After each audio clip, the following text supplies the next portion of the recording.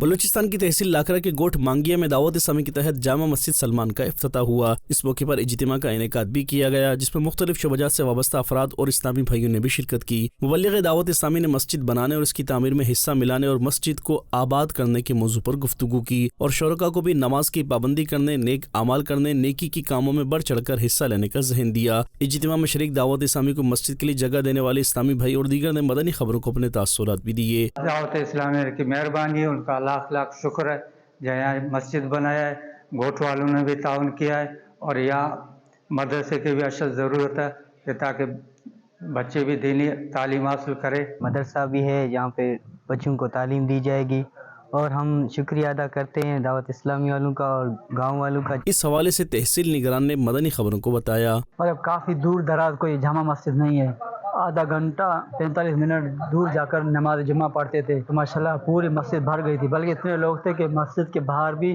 ہمیں ٹینٹ لگانا پڑا، پنڈال، یہاں لوگ بیٹھے ہوئے تھے، تو یہاں کے علاقے والے لوگ بہت خوش تھے، اور ماشاءاللہ ان کے خوشی کے آثار ان کے چہروں پر نظر آ رہے تھے۔ اجتماع کے اختتام پر مبلغ دعوت اسلامی نے دعا بھی کروائی۔